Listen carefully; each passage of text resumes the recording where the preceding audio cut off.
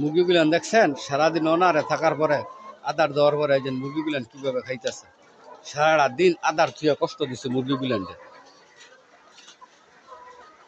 এই যে সন্ধ্যার পরে সন্ধ্যার সময় মাগরিব আজানের সময় দাঁড়াইছে, দেওয়ার পরে মুরগিগুলান সিলাবিলা করে খাইতেছে। এই যে সারাটা দিন মুরগিগুলান 11টার থেকে উপাস।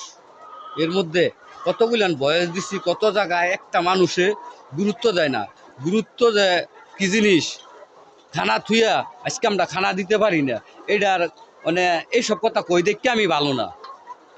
উচিত কথা তো কই, এর লেগে আমি ভালো না।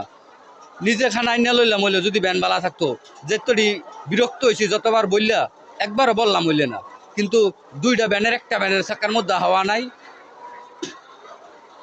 মাগরিবের সময় যেন আদার আনছে, এই আদার দেওয়ার পরে যেন মুরগিগুলো আদার খাইতেছে কিভাবে।